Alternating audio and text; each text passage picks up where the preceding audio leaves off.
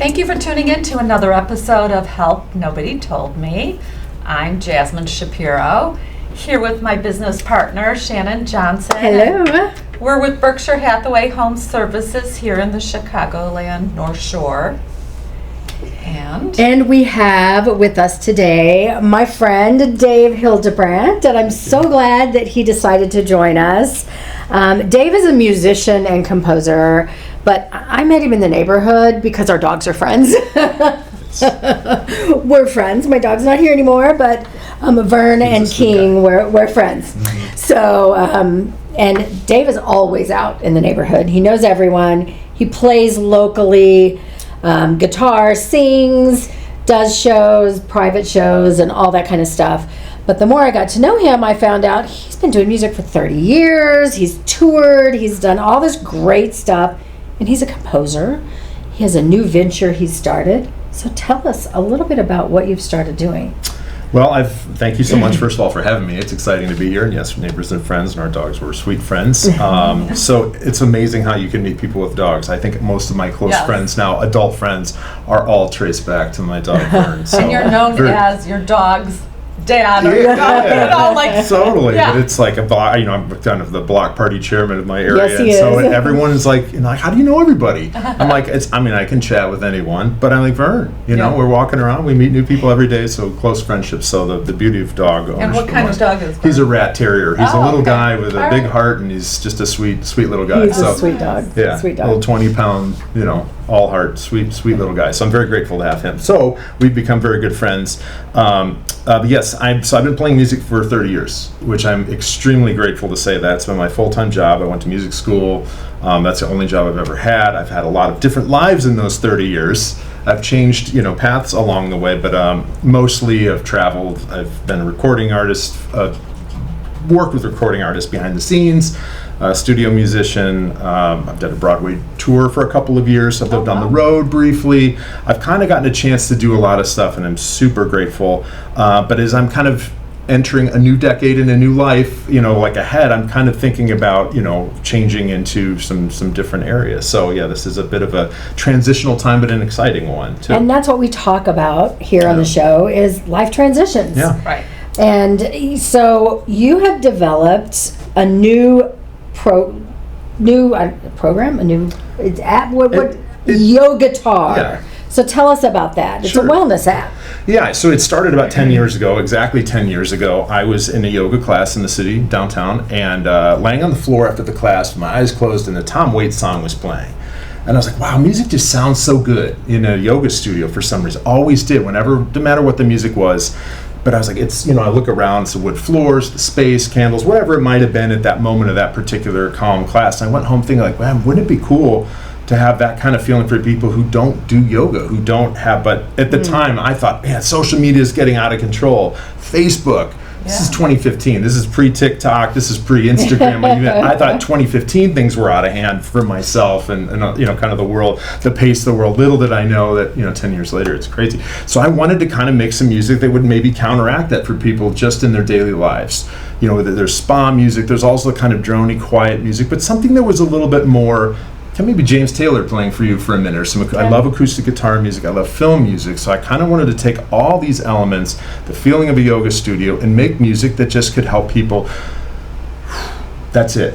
That's all, not transform their lives, just to take a breath. So on this word popped into my head, Yoguitar. So anyway, long story short, I made a record, I put it out, and I kind of had this plan that I was going to do events in yoga studios, which I did a lot of yoga events where I was the guitarist, and this is all improvised music for the people. Then I started doing. So you're playing live. I'm playing live. Okay. I have a looping pedal. So Ed Sheeran has kind of made the looping pedal popular now. That people are like, "What's looping?" Years ago used to be the question. Yeah. Now everyone knows what looping is. So I can play multiple parts at the same time, allowing me to kind of create really dense, kind of moody kind of music. And I wanted to capture that in a recording. And then it's one of those projects I started, was so excited, had a little bit, success in my mind of how I was doing it, and then I backed away from it. Why? Every couple of years, I get busy doing other things. I've got to make a living with the things that are paying me to do it. So again, one of those things, but I never left it. And people always say, oh, that's a good idea. I always kind of got encouragement along the way. 5-10 years go by, 9 years go by, and I happen to meet somebody who's a software developer who really liked the idea. And he said, have you ever thought about an app? And I said, well, yeah, I did a couple years ago, but I was like, it's very expensive. I didn't know how to do it. And I've just kind of thought about it. I was like, well, I make apps, and like something like this. But one of the best thing he said to me was like, you should take your music off the internet. You should just not promote it. Just have control of it yourself.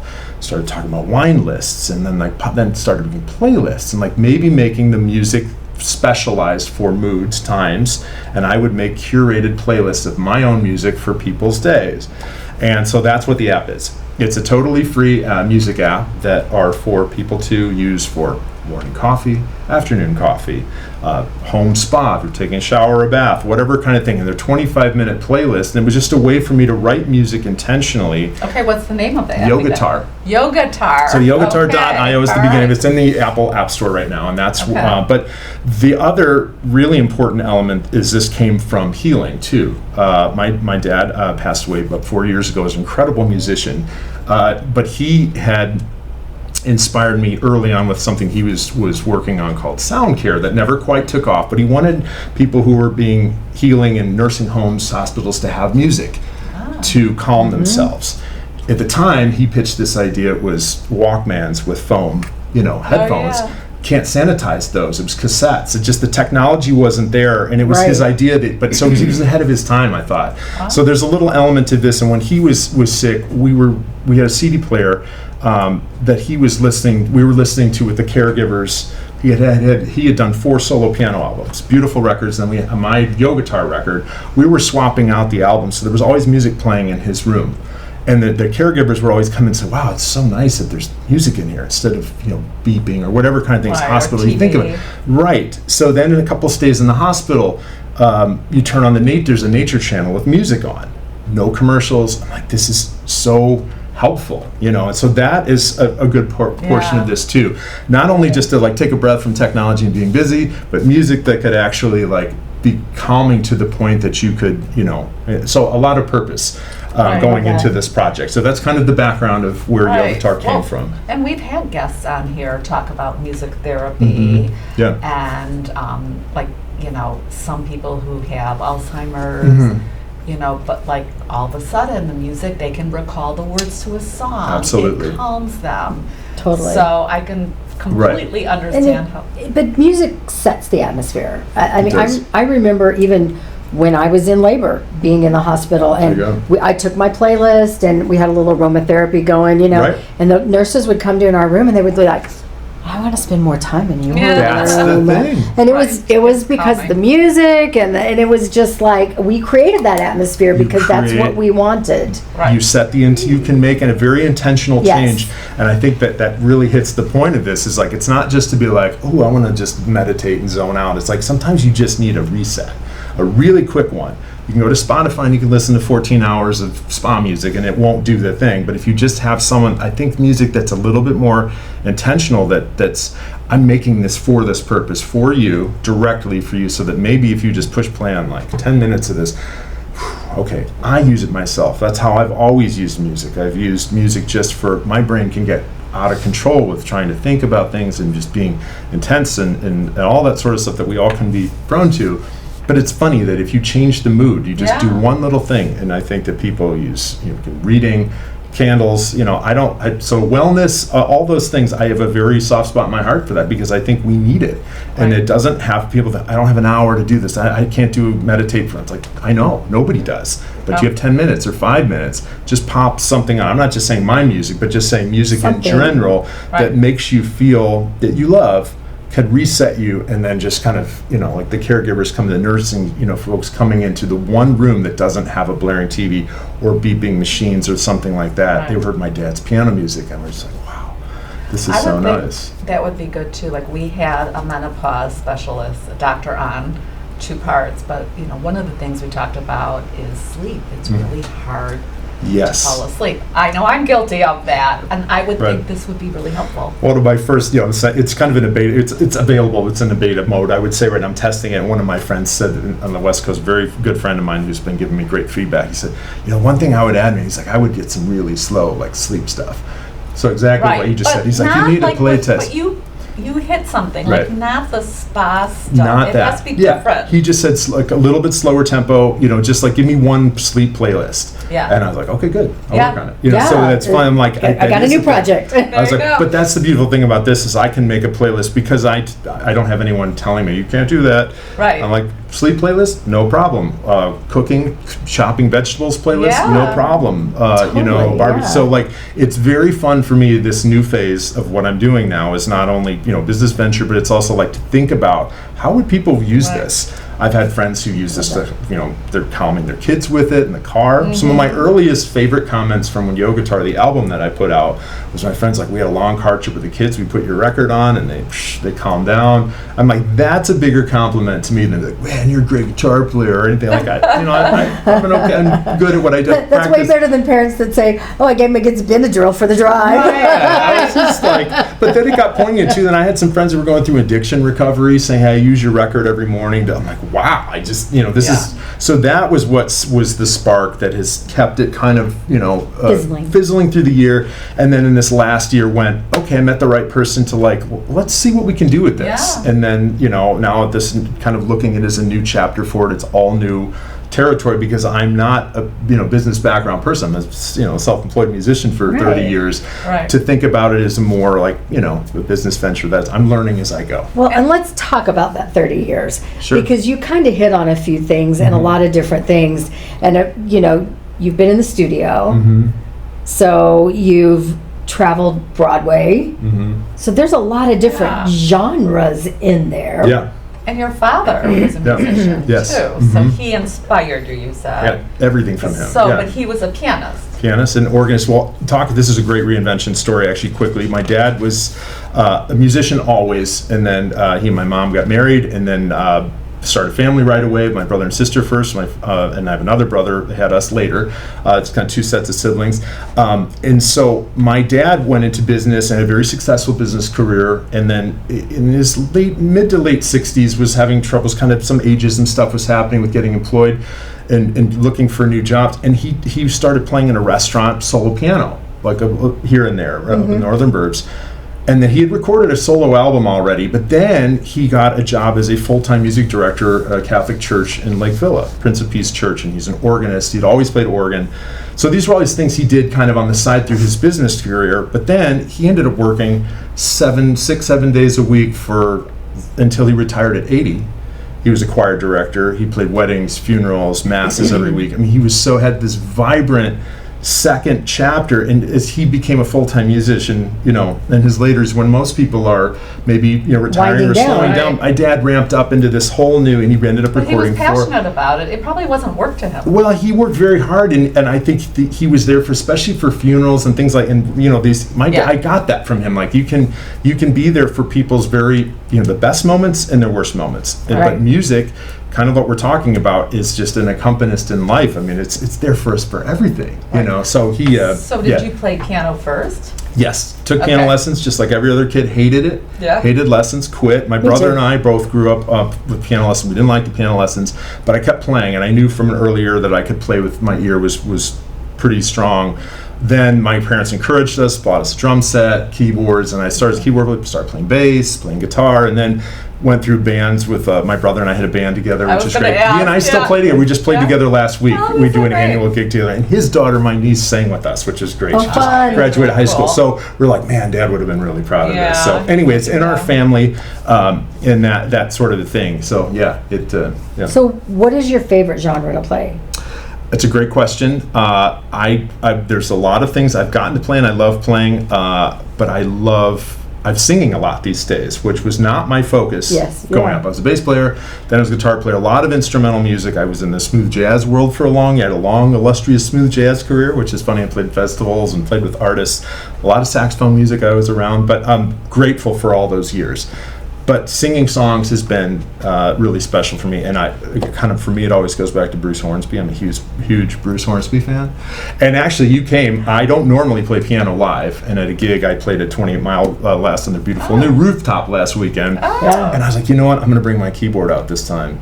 And I did it for the first time ever, and played The Way It Is. I played The End of the Innocents, and for me, it was a small victory inside because I'd like to have the chance to do that. Yeah. and try and play like my hero, like maybe a percentage of him. Yeah. I can't play like that, but it was really fun. So yeah, So were you like a one-person show? Yeah, I usually am a one-person show. Okay. I play and sing and play guitar, but I played a few piano songs, and for me, I'm like, wow, this is just as kind of powerful as I thought. It's powerful to sing and play guitar, but there is something really vulnerable and different about playing piano. I think because it also, reminds me of my dad too, and like, so there's Of this. course. Sure. Maybe it's the point of this reinvention stuff. Like, there's a lot of things coming full circle. There's a lot of feeling life in heavier ways now, and so what am I doing with this music career? Like, what is it? Where's it going Right. now? What's the Yeah. next phase? So, And yeah. if you are on the North Shore and you're in Highwood very often, Mm-hmm. which is one of the more lively nighttime areas. They've yeah, called it the on Las the Vegas of the Shore. North Shore. So, I love it. Oh, that's hilarious. yes. But